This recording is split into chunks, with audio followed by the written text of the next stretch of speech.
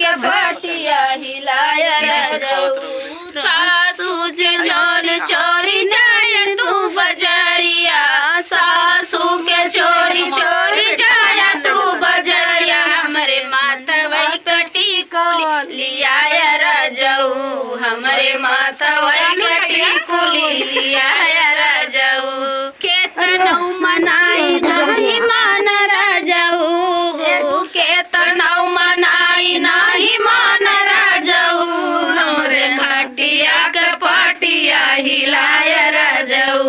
रोज खटिया के पटिया हिलाया राजऊ जेठनी के चोरी चोरी जाए नौ बजरिया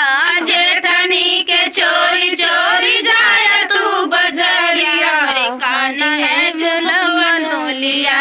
राजऊ हमरे काने का झुमकवा तू लिया राजऊ केतनऊ मनाई नाही मान राजऊ केतनऊ मनाई नाही मान राजऊ रोज खटिया के पटिया हिलाया राजऊ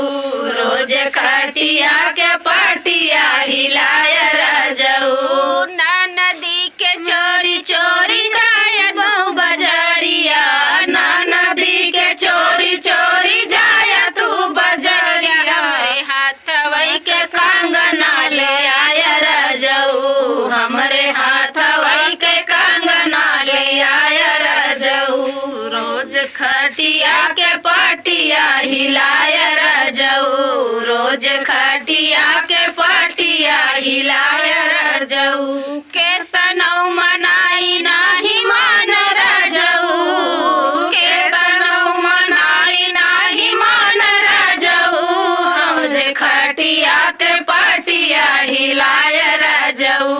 रोज खटिया के पटिया हिलाया राजऊ। तो फ्रेंड गीत कैसे लगा कमेंट बॉक्स में बताना। फिर मैं किसी नए गाने से मेहरारू बगले बैठे तो मस्त लगता ना दीदी। क्या गाना है क्या गाना है बस एक ए दीदी आपला हमारा भैया चालू बा